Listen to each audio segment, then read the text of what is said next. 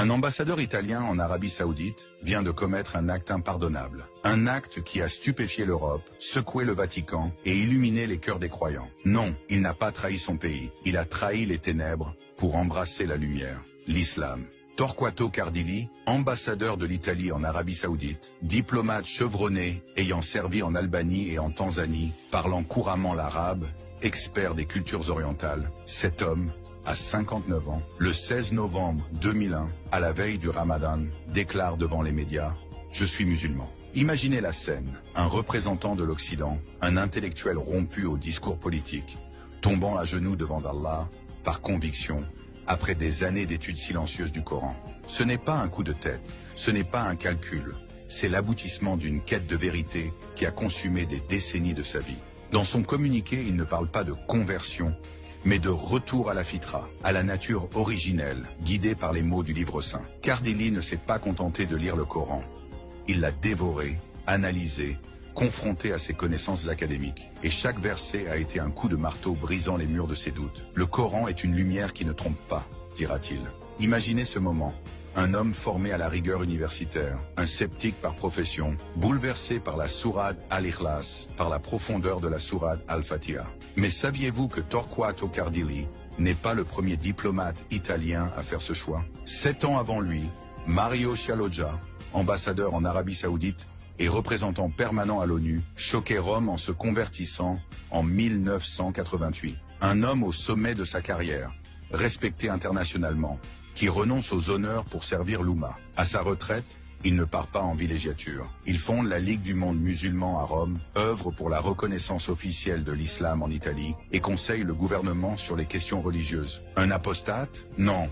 Un homme qui a troqué les décorations terrestres contre les récompenses éternelles. 70 000 Italiens convertis à l'islam ces dernières années. Des catholiques, héritiers de la Renaissance, qui trouvent dedans l'islam une spiritualité brute, intacte, loin des compromis de l'Église moderne. Pourquoi? Parce que l'islam répond aux questions que même la science ne résout pas. Parce qu'il offre une discipline, une fraternité, un lien direct avec le Créateur. Ces convertis ne sont pas des marginaux. Ce sont des médecins, des professeurs, des artistes et des diplomates. Des esprits éclairés qui voient dans l'islam non pas une religion, mais un mode de vie complet. Cardilli et Scialoggia partagent un trait commun, la maîtrise de l'arabe et une immersion prolongée dans le monde musulman. Mais attention, parler arabe ne mène pas automatiquement à l'islam. La clé, c'est l'étude sincère. Ces hommes n'ont pas fui leurs responsabilités. Ils les ont assumées jusqu'au bout, prouvant que l'islam n'est pas incompatible avec l'excellence professionnelle.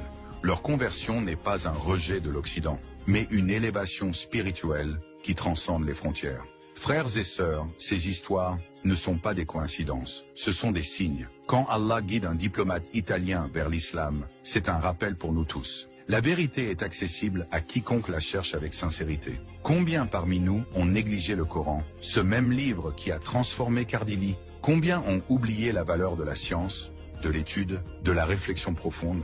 Ces convertis nous montrent que l'islam n'a pas besoin d'être défendu par la passion aveugle, mais exposé par la connaissance et l'exemple. Si un ambassadeur italien peut influencer des milliers de personnes par son témoignage, imaginez le pouvoir de votre propre histoire. Chacun d'entre vous est un ambassadeur de l'islam. Chaque sourire, chaque acte de bienfaisance, chaque patience face à l'adversité est une dawa silencieuse. Alors, allez-vous rester silencieux? Partagez cette vidéo, offrez ces histoires en exemple à ceux qui doutent encore. Et surtout, agissez, étudiez l'islam comme ces hommes l'ont fait. Soyez fiers de votre foi, parce que chaque converti est un rappel. L'islam est vivant et il attend simplement qu'on lui donne une chance.